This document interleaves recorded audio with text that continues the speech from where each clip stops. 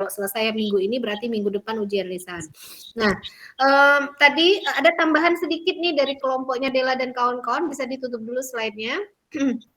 Ada tambahan sedikit tadi, kalau 2 kelompok sebelumnya itu terkait rona lingkungan awal itu kan yang diangkat hanya parameter geofisik, biologi dan kimia.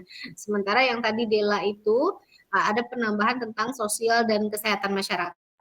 Nah, rona lingkungan awal itu apa sih sebenarnya di dalam dokumen AMDAL? Rona lingkungan awal itu yang akan menjadi patokan ketika kita nanti menentukan apakah dampak yang ditimbulkan dari setiap kegiatan yang dilakukan itu dampak penting atau tidak penting. Caranya adalah dengan melihat rona lingkungan awalnya. Jadi harus tahu dulu rona lingkungan awalnya. Misalnya biologinya itu melihat ketika suatu pabrik belum dibangun, nanti kita lihat komponen biotik yang ada di dalam lahan atau hutan yang mau dijadikan sebagai pabrik itu seperti apa. Ketika proses prakonstruksi, konstruksi, ketika proses pembangunan, dan nanti kan berarti beberapa lingkungan biotiknya punah toh kan?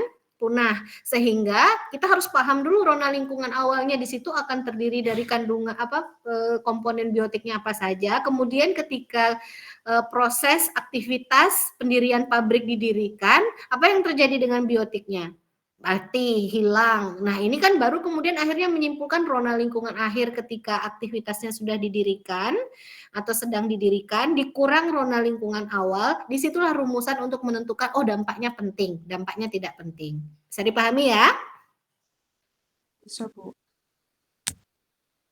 Ya, mohon yang lainnya juga mohon untuk mendengarkan, karena nanti sebenarnya apa yang saya kuatkan, apa yang saya tambahkan itu adalah clue-clue untuk ujian lisannya. Nah, kemudian